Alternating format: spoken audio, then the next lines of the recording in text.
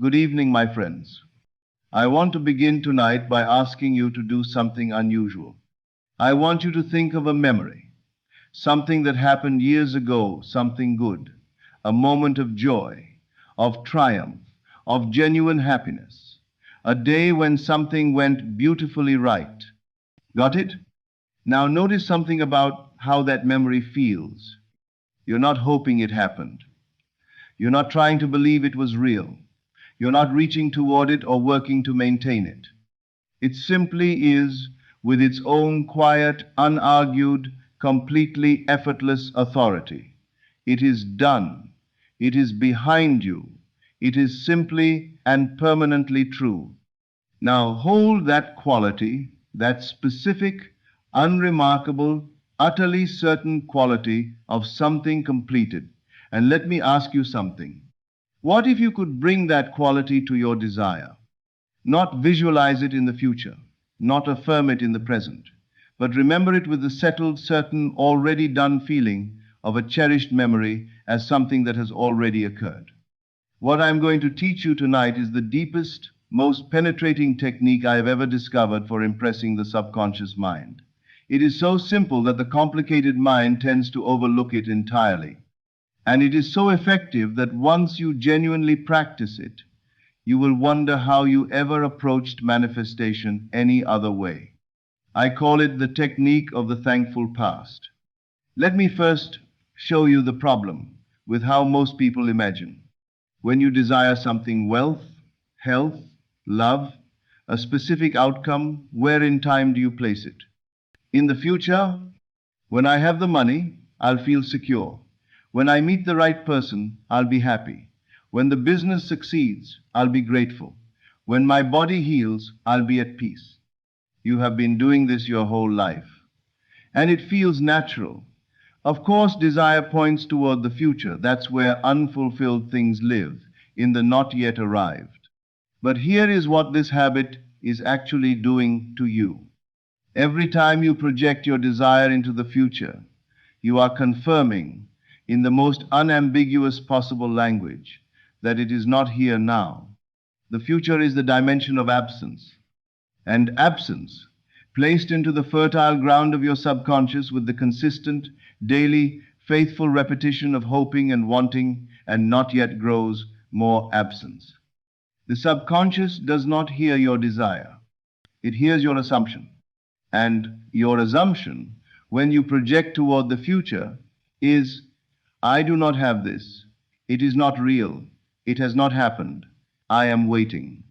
And the law, which is precise and impersonal and absolutely reliable, delivers accordingly. More waiting, more not yet, more almost but not quite. This is the trap. And tonight I'm going to show you the way out of it, not by imagining differently in the future, but by remembering differently from the past. Here is the core understanding upon which everything else rests. Your subconscious mind does not think in future tense. It does not respond to I will be, or I am going to, or someday I shall. These are the grammatical structures of separation of someone who does not yet have, who is reaching toward something not yet real. The subconscious responds to what is declared as already fact.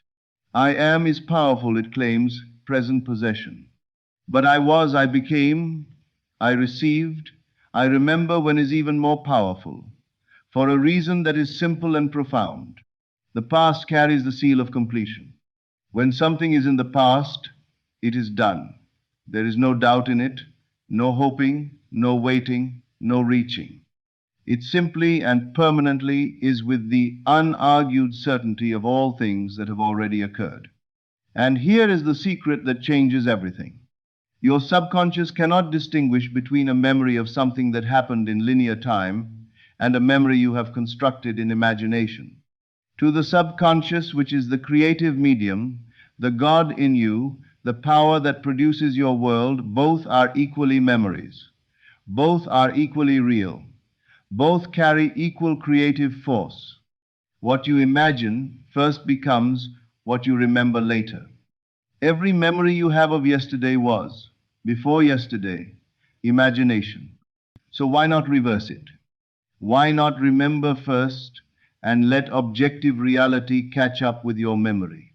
This is not deception. This is not denial of what is. This is creation, the purest, most direct, most powerful form of it available to a human being. Let me show you the precise difference in feeling between future visualization and past remembering, because the feeling is everything. When you visualize something in the future, even a very good visualization, there is almost always a quality of trying underneath it, a subtle tension, a reaching, a gap between here and there, between who you are and who you will be when the desire arrives. And that gap, however small, however well disguised, is the gap of separation, of not yet, of still waiting. The subconscious feels that gap even when the conscious mind is producing a beautiful scene. And what it creates from is not the scene, it is the feeling underneath the scene. Now compare this to the feeling of genuine memory. Think of something wonderful you experienced years ago. Is there tension in it? Is there reaching? Is there a gap to cross? No, there is simply that happened. I was there. It was real. It is done. This is the feeling, this specific, settled, quietly certain, effortless quality of completed fact that the technique of the thankful past is designed to produce. Not in a future you're hoping for, in a past you remember, and when your subconscious receives that signal, the signal of something already accomplished, already received, already behind you, it has no choice but to create the conditions that match it, because that is all it knows how to do. Match the assumption. Now let me give you the technique precisely. Tonight, before you sleep, do this. Choose your desire. One specific desire, not a general improvement, something specific, something you can construct a scene around. Now, and here is where this diverges from everything you have been taught. Instead of imagining this desire manifesting in the future, construct a memory of it having already occurred in the recent past. Place it 1 month ago, or 3 weeks ago, or even just 2 weeks. Whatever your mind can accept with the most naturalness, whatever timeline allows you to inhabit the memory with genuine felt sense rather than intellectual effort. And then construct the scene, not the moment of receiving, the moment after. The moment when it has been real for long enough that you are simply living in it, reflecting back on it with the warmth of something completed. Let me be specific about what this looks like. If your desire is financial, you are sitting quietly, perhaps with a cup of tea, and you are thinking back to the day the money arrived. I remember opening the email. I remember my hands shaking slightly. I remember thinking, this is real. This actually happened. I remember calling my sister. I remember she didn't believe me at first. You are not in the scene of receiving. You are in the scene of looking back at the scene of receiving, and that backward looking has the quality of memory, not visualization. If your desire is a healed body, you are looking in the mirror and you are thinking about the appointment 3 weeks ago when the doctor told you the results had changed. I remember how quietly he said it, as though he was still trying to understand it himself. I remember walking to my car and just sitting there for a while before I could drive. I remember texting my daughter. The healing is not approaching, it is behind you. If your desire is a reconciled relationship, you are having coffee and you are thinking, I remember when she called. I almost didn't answer. I didn't recognize the number. I remember her voice. I remember neither of us spoke for a moment. I remember thinking, I can't believe this is actually happening. That was 6 weeks ago, and now this is just normal. This is just how things are. Do you feel the difference? You are not hoping. You are not reaching. You are not trying to convince yourself of something you don't quite believe. You are remembering. And memory carries an authority that visualization of the future simply cannot match. Now I want to speak about the particular quality of gratitude that belongs to this technique. Because there is gratitude and then there is this gratitude. The gratitude most people practice is future gratitude dressed in present tense. Thank you that this is coming. Thank you for what I'm about to receive. And there is nothing wrong with this, it shifts the state meaningfully.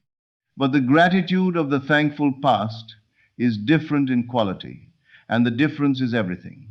It is the gratitude of someone who is looking back. I am so grateful that happened when it did. The timing was perfect. I am so relieved I don't have to worry about that anymore. I am so thankful it worked out exactly the way it did.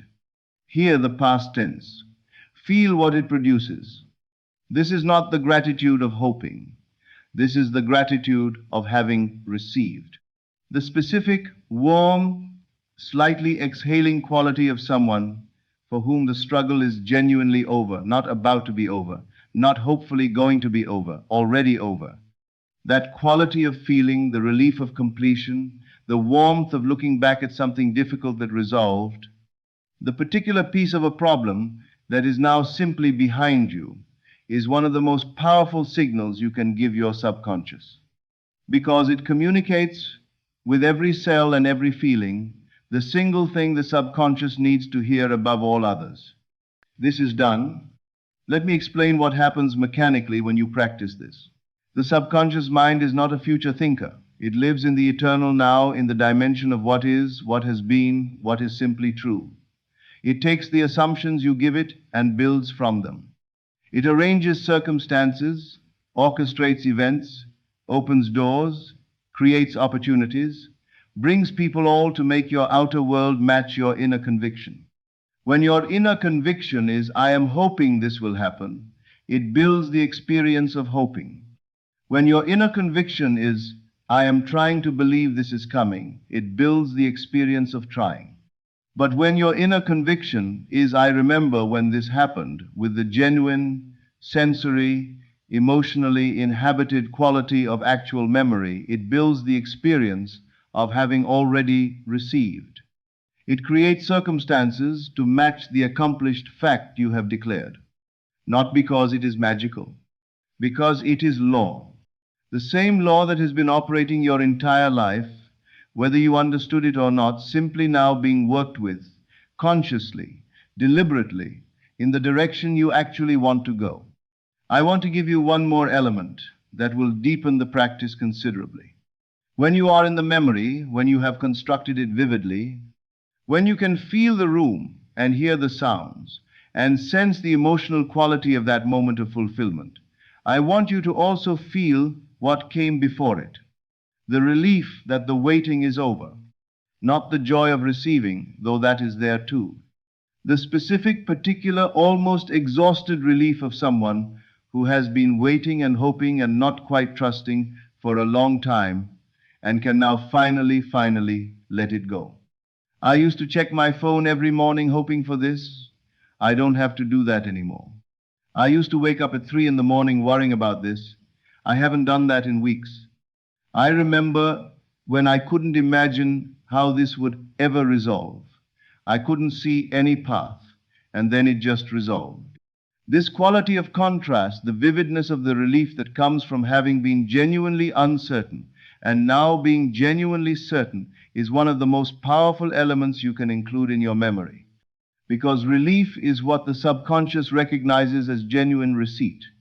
Hope is what you feel before something arrives. Relief is what you feel after. And the subconscious, which creates from your feeling, will work to produce the conditions that match the feeling of after. There is a truth underneath this entire technique that I want to name directly, because it changes how you understand what you are actually doing. The past is as fluid as the future. I know this seems impossible. We treat the past as fixed as the one thing in our experience that genuinely cannot be changed, because it is over, because it has solidified into fact. But in consciousness, in the creative medium, in the dimension where all experience is generated, the past exists only as imagination occurring in the present moment. When you remember yesterday, You are not accessing a fixed recording stored somewhere. You are imagining right now what you believe yesterday to have been.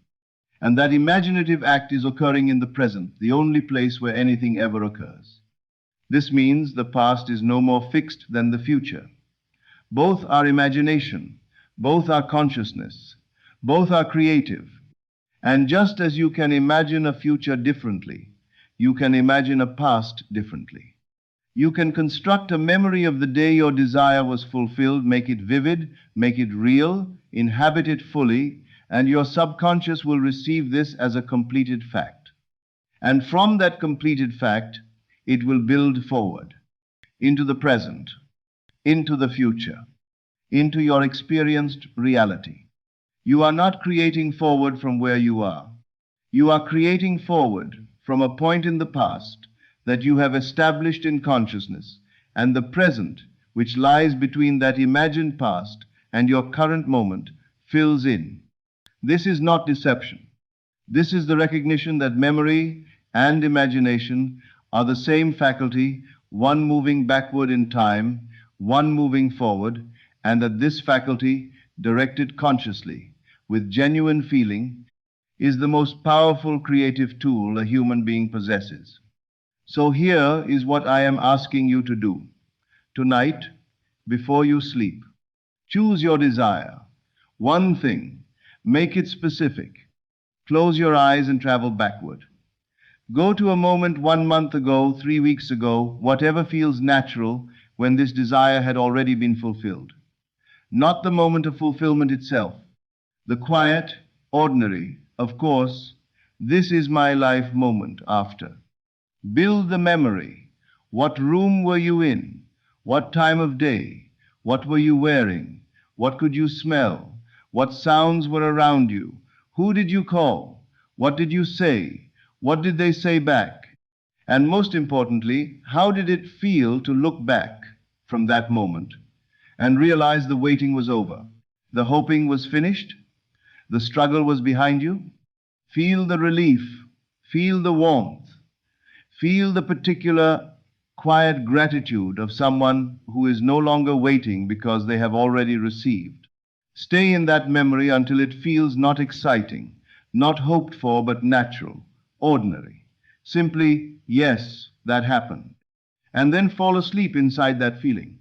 Not hoping, not reaching, not visualizing forward, remembering. You have been throwing your desires into a future that never comes. Tonight, place them in a past that is already done. Feel the relief of the struggle that is over. Feel the gratitude of the gift already given. Feel the warmth of looking back at the moment everything changed. And trust with the same quiet, unremarkable certainty with which you trust all your other memories that what you have remembered in imagination will become, in its own perfect time, what you remember in fact, because the memory you created will have created the experience. The past you imagined will have become the past you lived. And you will stand in quiet wonder, knowing that you discovered one of the simplest and most powerful secrets of creation. You don't have to wait for it to arrive. You only have to remember that it already has. Good evening. This is Neville Lectures. I'll see you again in the next video.